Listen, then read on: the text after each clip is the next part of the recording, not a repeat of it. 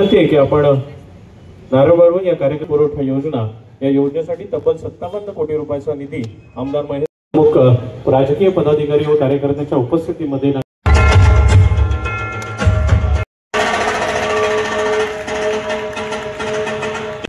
कर्जतचं वाढतं शहरीकरण लक्षात घेता कर्जत नगर परिषदेची असणारी वॉटर स्कीम ही जवळजवळ 25 ते 30 वर्ष जुनी असणारी ही वॉटर स्कीम सातत्याने नगर परिषदेच्या माध्यमातून चालवत होतात। महाराष्ट्र जलजीवन अंतर्गत या योजनेचं काम नगर परिषदेकडे सोपवण्यात आलं। महाराष्ट्र जीवन प्राधिकरणाने त्यावेळेस ही योजना हस्तांतरित करण्यात आली, परंतु 25 ते 30 वर्षाचा कालावधी सातत्याने जात गेला। शहरीकरण दिवसेंदिवस वाढत चाललेलं आहे। वाढतं शहरीकरण लक्षात घेता नव्याने नल पाणी पुरवठा योजना ही आपल्याला आणणं आवश्यक होतं। आणि जसं मगाशी सांगितलं वसंत शेट्टी काही केंद्रामध्ये आपलं सरकार आहे, राज्यामध्ये सरकार आहे, नगर परिषद आपली आहे। आणि मग या साऱ्या परिस्थितीत असणारे आपण जे काही पेपरवर्क आपल्याला त्या ठिकाणी करायचे होते तात्काळ वैभवजी गारवे आपण पूर्ण करून दिले। आणि आपण केंद्र शासन पुरस्कृत असणारी अमृत 2 ही योजना, या योजनेच्या अंतर्गत कर्जत नलपाणी पुरवठा योजना, सुधारित नलपाणी पुरवठा योजनेला जवळजवळ 57 कोटी रुपयाचा निधी आपण मंजूर करून दिला। आणि आज त्याचा शुभारंभ या ठिकाणी होत आहे। या गोष्टीचा मनस्वी आनंद या ठिकाणी होत आहे। ही योजना पुढे आता या योजनेची वाटचाल करत असताना जलजीवन शुद्धीकरण केंद्र याची क्षमता वाढवण्यासाठी ही क्षमता जवळजवळ 11 MLD आपण वाढवणार आहोत। आणि याचा मोठा फायदा आपल्याला सर्व वाढतं शहरीकरण शहरातील प्रत्येक नागरिकाला, प्रत्येक कुटुंबाला या ठिकाणी होणार आहे। कर्जत शहराची जर आपण रचना आपण साऱ्यांनी पाहिली तर आजूबाजूचा परिसर गुंगा असेल, भिसेगाव असेल, आकुर्ला असेल, सिरसा असेल किंवा या परिसरातून असणारे दैवली असेल, त्या साऱ्या परिसरातून असणारी ही आपली शहरीकरणामध्ये असली तरी आमची असणारी गावे, त्या साऱ्या परिसरामध्ये नव्याने आपण त्या ठिकाणी पाण्याच्या टाक्या आपल्याला त्या ठिकाणी नव्याने घेता येतील। आणि प्रत्येक वेळेला असणारी MSCBची समस्या आपण वेळोवेळी आपण त्या ठिकाणी जाणतात का MSCBची लाईट गेली तर पाणी हा खंडित व्हायचं आणि कर्जतकरांना पिण्याचं मुबलक पाणी आतापर्यंत मिळत नव्हतं। आणि म्हणून या साऱ्या गोष्टींचा विचार करून जसा आता विजय मांडेंनी या ठिकाणी सांगितलं की एक्सप्रेस फीडर ही आवश्यक असणारी गोष्ट होती आणि जवळजवळ 3.5 कोटी रुपये खर्च करून आपण एक्सप्रेस फीडर आपण त्या ठिकाणी बसवणार आहोत की जेणेकरून कायमस्वरूपी पाणी पुरवठा खंडित वीज पुरवठा खंडित न होता कायमस्वरूपी कर्जतकरांना पाणी पुरवठा व्हावा, या दृष्टिकोनातून आपण उचललेली ही पावलं आहे। आणि म्हणून या साऱ्या गोष्टींचा फायदा आपल्याला शहरातील प्रत्येक नागरिकांना त्या ठिकाणी होणार आहे। कर्जत शहराचा विचार करता कर्जतमध्ये वाढतं शहरीकरण लक्षात घेता दीपकजी बेहरेंनी सांगितलं ती सत्य परिस्थिती आहे की हा महिना वाचणारी आपली 20 ते 25 हजाराची लोकसंख्या ही 50 हजारापर्यंत जाईल।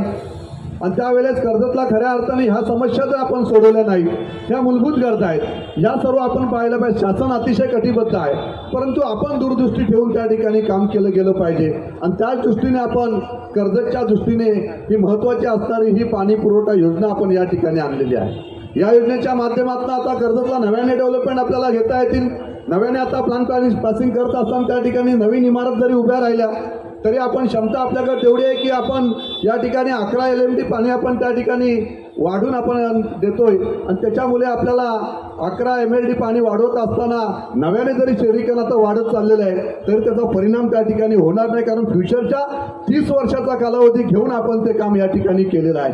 आणि म्हणून या दृष्टीने आपण हे काम सारं करत असताना कर्जतचा विकास व्हावा, कर्जतची डेव्हलपमेंट व्हावी, कर्जतमध्ये नव्याने प्रोजेक्ट यावेत, याच दृष्टिकोनातून कर्जत शहराचा विकास करण्याचं काम या सरकारच्या माध्यमातून आम्ही या ठिकाणी केलेलं आहे। मला सांगायला अभिमान वाटतोय की राज्यामध्ये महायुतीचं सरकार आहे, केंद्रामध्ये महायुतीचं सरकार आहे, महायुतीच्याच माध्यमातून ही जी काय विकास कामे आतापर्यंत या 5 वर्षाच्या कालावधीमध्ये आपण या कर्जत मतदारसंघामध्ये केलेली आहेत ते महायुतीला सर्व श्रेय जात आहे।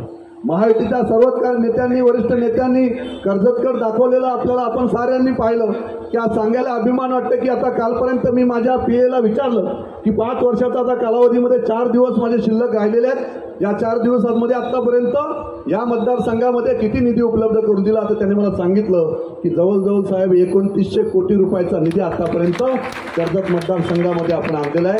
1400 कोटी रुपयाचा कोंढाणा डॅमचं सुद्धा आपण त्याचा वर्क ऑर्डर सुद्धा आता काही दिवसात होईल आणि कामही सुरू होईल. आणि अशा पद्धतीने कर्जतची नंदनवन करत असताना या साऱ्या गोष्टी, जेवढा निधी आपल्याला कर्जतकरांना अपेक्षित होता तेवढा निधी आपल्याला या 5 वर्षामध्ये राहुलजी आपल्याला मिळालेला आहे. या माध्यमातून जी कामे आता सुरू आहेत ही कामे संपूर्ण पूर्ण झाल्यानंतर खऱ्या अर्थाने ज्या पद्धतीचे आपण काम, ज्या पद्धतीचा विकास या मतदारसंघाचं दूरदृष्टी ठेवून आम्ही या ठिकाणी केलेला आहे, या संदर्भात प्रत्येक कर्जतकरांना या गोष्टीची जाणीव आपल्याला होईल की कशा पद्धतीची कामे आम्ही काय दूरदृष्टी ठेवून आम्ही काम कर्जतकरांसाठी केलेलं आहे. आणि म्हणून आम्ही शिवसेनेने आणि संपूर्ण महायुतीने पाहिलेलं एक स्वप्न होतं की माझ्या या मतदारसंघाचं नंदनवन केल्याशिवाय आम्ही राहणार नाही.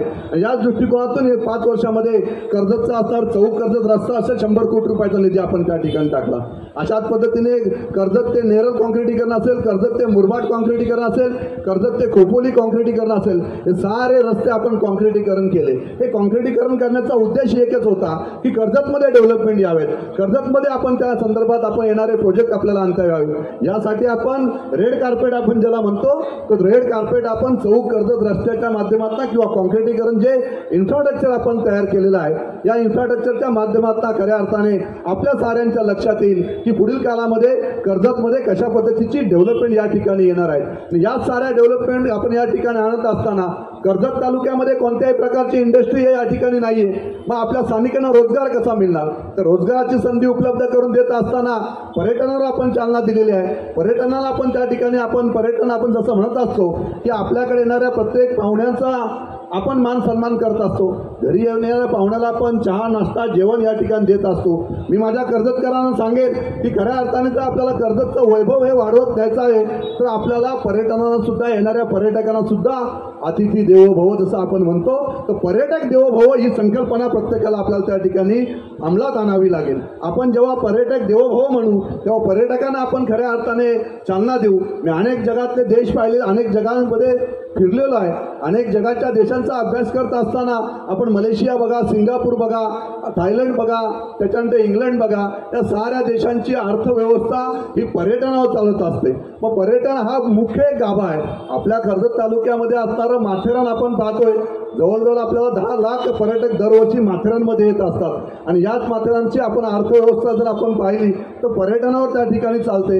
परंतु या 5 वर्षामध्ये वसंत शेठ आम्ही जे स्वप्न कर्जतचं पाहिलेलं आहे, याच कर्जतमध्ये मोठ्या प्रमाणात फार्म हाऊसची चैन असणारा कर्जत तालुका म्हणून आपण सारेजण कर्जत तालुक्यामध्ये पाहतोय की आशिया खंडातला सर्वात मोठा फार्म हाऊसचा तालुका म्हणून कर्जत तालुक्याकडे पाहतो. ते सुरुवात आमचे मागे बसलेले तवले मामांनी केलेली आहे. आमच्या भोसरीपासून 40 वर्षापूर्वी त्या माणसांनी, तवले मामांनी दूरदृष्टी ठेवून जागा खरेदी करून फार्म हाऊस प्लॉटिंग सुरू केलेलं होतं. आज याच प्लॉटिंगवर अनेक मुंबईकर येऊन बसलेले आहेत. या मुंबईकरांच्या माध्यमातून नव्याने येणारा पर्यटक आपण सारेजण त्या ठिकाणी पाहत आहे की पर्यटनाच्या माध्यमातून बाजारपेठा फुललेल्या आहेत. सर्वसामान्य कुटुंबाला त्या ठिकाणी रोजगार मिळायला लागलेला आहे. सर्वसामान्य कुटुंबातील आपण त्या ठिकाणी 10 रूम चालू करून त्या ठिकाणी पर्यटक आपल्याकडे येत असतात. फ्रायडे, सॅटर्डे, संडे हा आपल्याकडे त्या ठिकाणी फुल चाललेला असतो.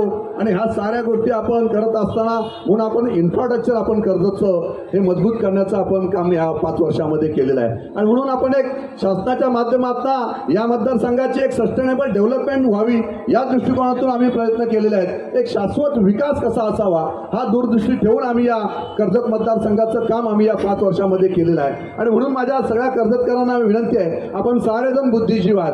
आपण कोणत्याही प्रकारच्या मताला विकले जाणारे नाही आहेत. आपण विकासाला प्राधान्य देणारे आहात. म्हणून माझी कर्जतकरांना या ठिकाणी विनंती आहे, सर्व व्यापारी बांधवांना माझी विनंती आहे का जो विकास या मतदारसंघाचा या कर्जतकरांसाठी मी केलेला आहे हा विकासाचा अभ्यास आपण सुद्धा करावा. आपण प्रत्येक नागरिकांनी, शुद्ध नागरिकांनी करावा आणि दूरदृष्टी ठेवून या मतदारसंघाच्या विकासाला, विजनला आपण प्राधान्य द्यावं. असंच या निमित्ताने मी आपल्याला साऱ्यांना सांगेल.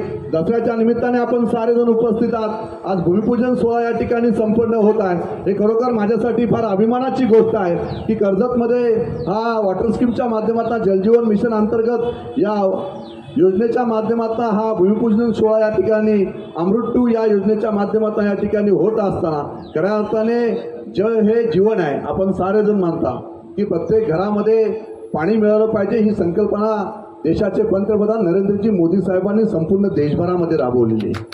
आणि या गोष्टीचा सार्थ अभिमान आपल्या सगळ्यांना असला पाहिजे. प्रत्येक हर घर में जल ही संकल्पना त्यांनी राबवलेली आहे आणि जल हे जीवन आहे. आणि म्हणून आपण या प्रत्येकाच्या दारामध्ये आपण पाण्याच्या रूपाने कर्जतमधल्या प्रत्येक घरामध्ये जलच्या रूपाने आपण जीवन दिलेलं आहे हे त्या निमित्ताने आपल्याला सांगेल.